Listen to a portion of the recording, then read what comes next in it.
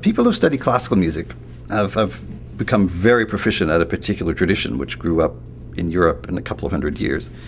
And they often have not thought much about the other sounds around the world. And when they find them, they can be really excited by them. And some of them become ethnomusicologists. They already have the training in listening and playing music.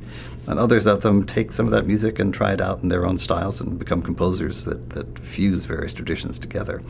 Music has been traveling around a lot for a long time, but fusion isn't anything new. People have been doing it for a long time. The Suya Indians in Brazil were mixing music from different places. But it's very, very common now, and I think the internet has made sharing those fusions even easier than it ever was before.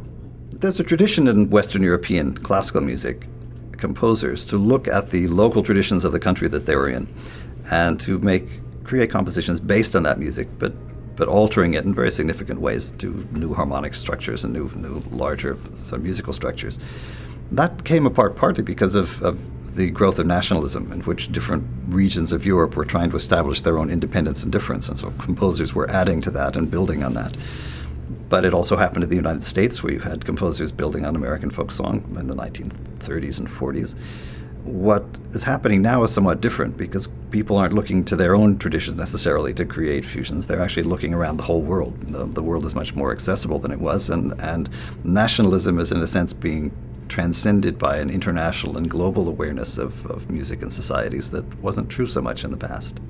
Yes, well, the European classical composers took some aspects of Turkish music and made that into something they called Turkish, and they also took aspects of, if they were in Germany, they would take some Italian things, and composers were moving around and playing music in different places. There was a lot of learning. Very few people compose straight out of nothing. They're usually composing out of something, and they're often adapting things that they think neat that other people have done.